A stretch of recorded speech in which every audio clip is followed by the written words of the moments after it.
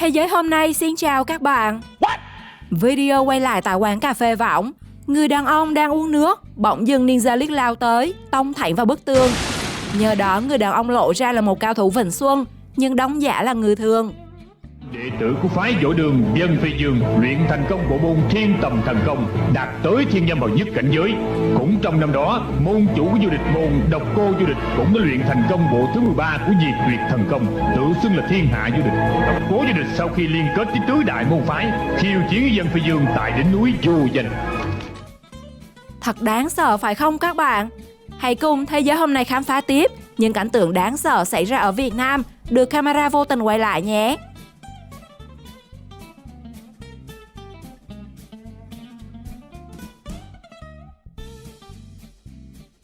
Tiệm tóc ế khách sáng giờ. Vừa lúc thấy có khách VIP tới, cô gái trẻ bằng cả tính mạng ra chào đón.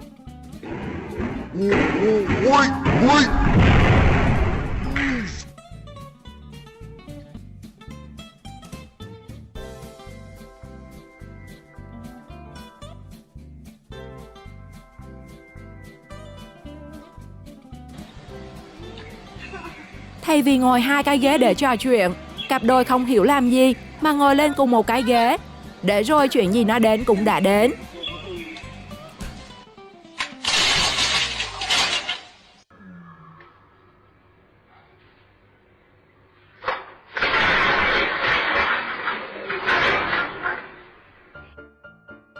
Trong tình huống này, ai cũng ngỡ chiếc Vespa sẽ lọt vào tầm ngắm của người đàn ông. Nhưng điều đáng sợ là ông ấy lại chọn thứ nhỏ gọn hơn. Phải chăng đây là chứng minh cho câu nói thiếu gì lấy nấy?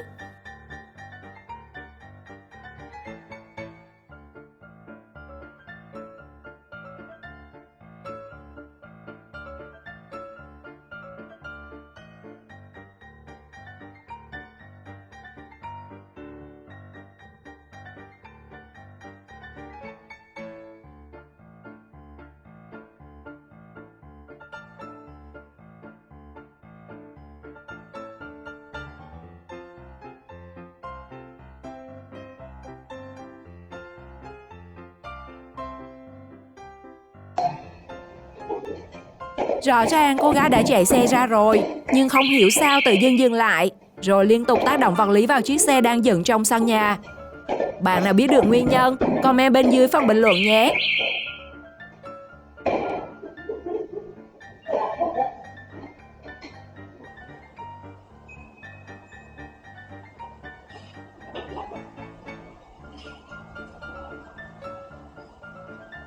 Hành động tóc váy bạn lên xem trong lúc chiều party của cô gái khiến ai cũng phải ngạc nhiên. Vì thế mấy bạn nữ mà có chơi môn này thì hạn chế mặc váy ngắn nhé.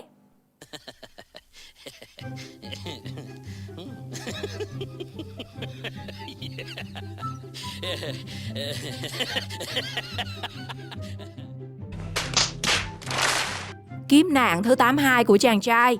Chỉ vì vô tình đặt câu hỏi ngay người phụ nữ thật thà. Đây là bài học cho các bạn nam khi dẫn bạn gái đi chơi. Đừng có đi mãi một nơi. Cô ơi, cô thấy hai bọn cháu có đẹp đôi không cô? Đẹp đôi nhưng mà năm ngoái thấy bạn khác, năm nay sao đây? Năm ngoái thấy bạn khác, năm nay sao đây? Còn gì nữa đâu mà khóc với chồng. Không hiểu sao cậu bé lại bỏ viên pháo vào phân bò để nó nổ vang tung tóe đầy người, khiến cậu ói luôn mới ghê chứ.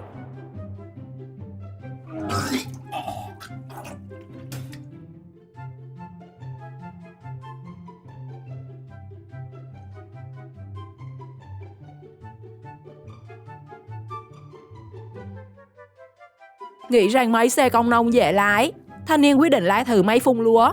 Ai có ngờ rằng mang thể hiện này đi vào lòng đất.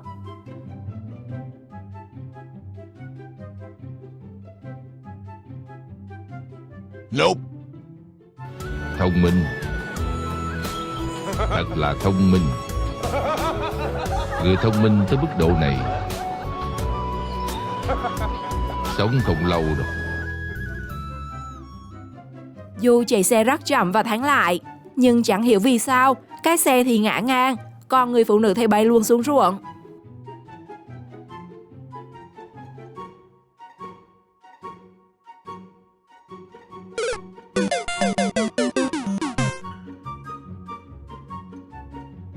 Theo chủ nhân của đoạn video chia sẻ, vì thấy cô bé đi về một mình đường tối nên quyết định soi đường cho em. Vậy mà con bé lại tưởng kẻ xấu và chạy thục mạng.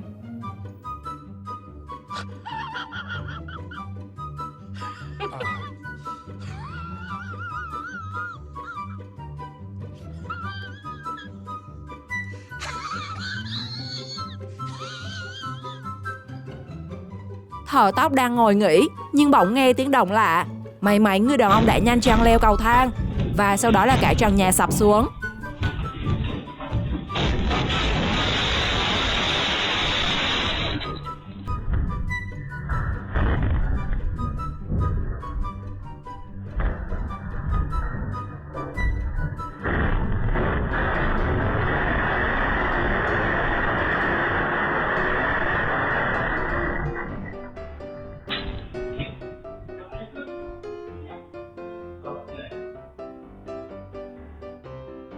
Chó mà cũng biết hôi dép, các bạn có thấy đáng sợ không?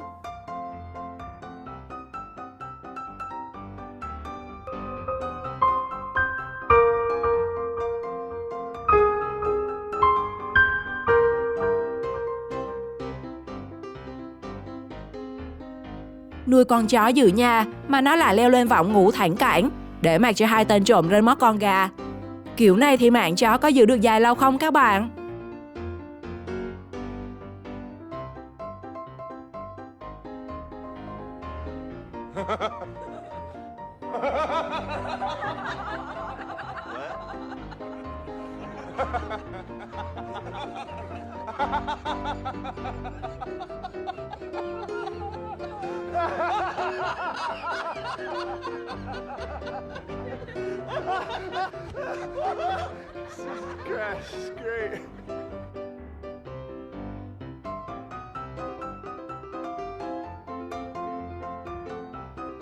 Tham gia đóng vai người dân được các chiến sĩ cứu hộ khi diễn tập.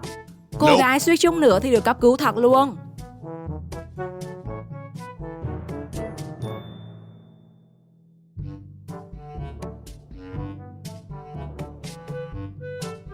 Chở vợ đi mua nước, anh chồng không ngờ người đầu ấp tay gối với mình lại nhẹ nhàng lên xe người khác rời đi.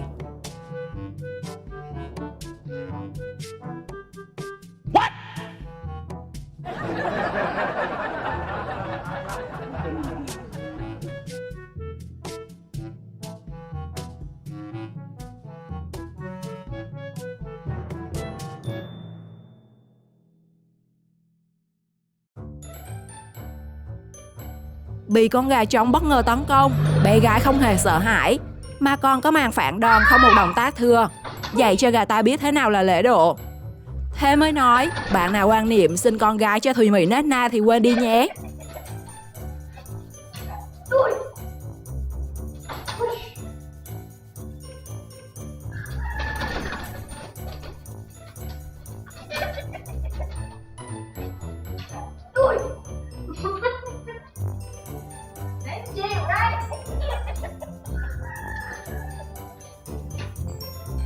Một đoạn video được quay lại cho thấy anh shipper đã giao hàng bằng cả tính mạng của mình khi cố len lỏi tìm đường để giao cho khách, nhưng chẳng may bị rơi xuống đoạn cống bị ngập.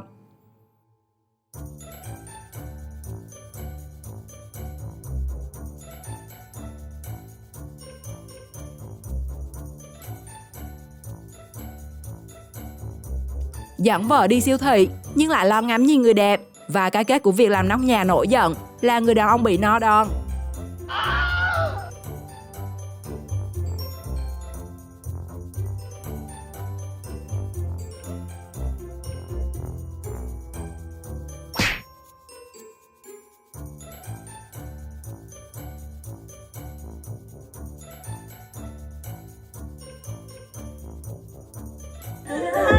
Một chiếc sofa để nghe một phút tiếng đêm bình yên kỳ lạ. Xem màn biểu diễn bài hát Cô đơn trên sofa của hai cô giáo Việt chắc sẽ làm nhiều bạn quên luôn bản gốc của Hồ Ngọc Hà và bản cover của Chủ tịch Ngân hàng ACB Trần Hùng Huy.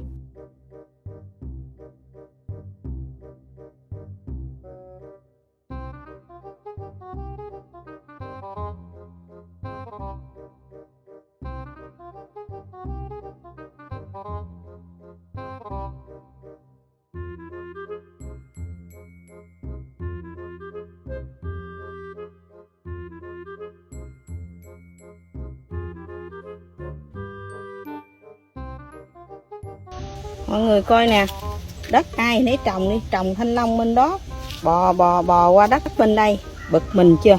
Coi nè, nè, coi trồng nè, từng giây mà coi được, có tức không? Dù không phải tay lái lụa, nhưng màn quay xe của người phụ nữ khi thấy cây thanh long hàng xóm ra trái bên phía nhà mình cũng đủ để người khác cảm lạnh. Đó. Ủa, mà thôi kệ đi, gieo qua chút đỉnh có sao đâu. Của chòm xóm nó gieo qua bên mình thì thôi kệ đi nha mọi người. Giờ mình chặt về mình cúng ông địa nha.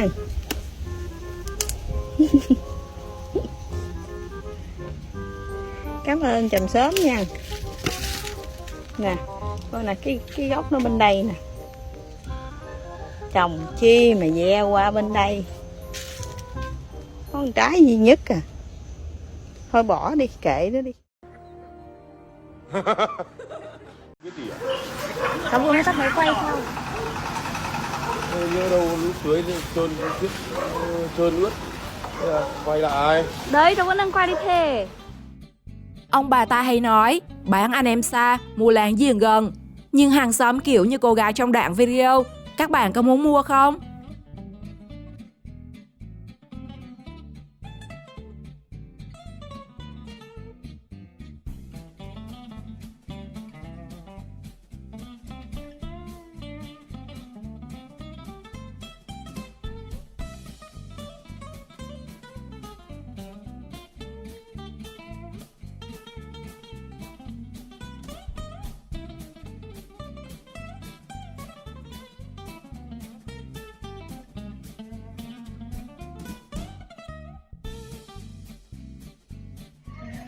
Thấy mẹ con người phụ nữ bị ngã xe, nhóm thanh niên liền chạy ra giúp đỡ. Thế nhưng có lòng tốt mà giúp sai cách thì còn tai hại thêm.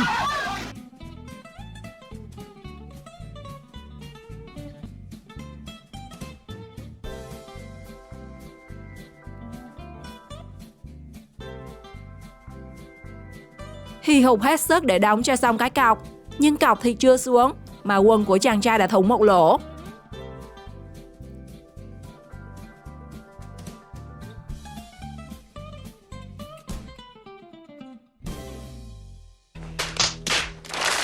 Để đồ vào hầm xe chưa xong thì đèn xanh bật lên, tài xế liền cho xe chạy. Còn cô gái lúc này đã biến thành Running Man và chạy theo chiếc xe.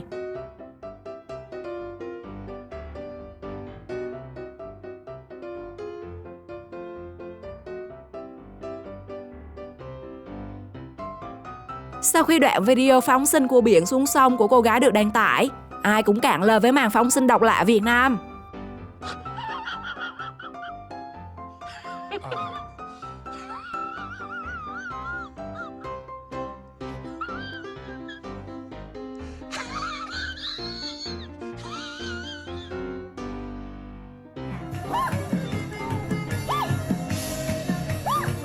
Anh chàng này đang biểu diễn âm nhạc mà trông cứ như đang lên đồng.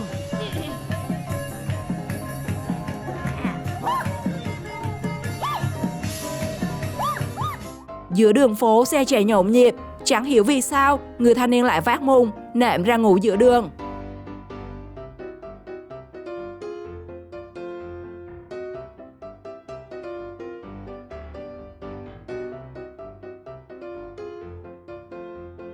Cũng thả diều, nhưng mấy con diều ở Long Thành, Đồng Nai trông đáng sợ cả về kích thước và hình dáng. Các bạn có đồng ý không? Ủa? Gì vậy? Ủa gì vậy?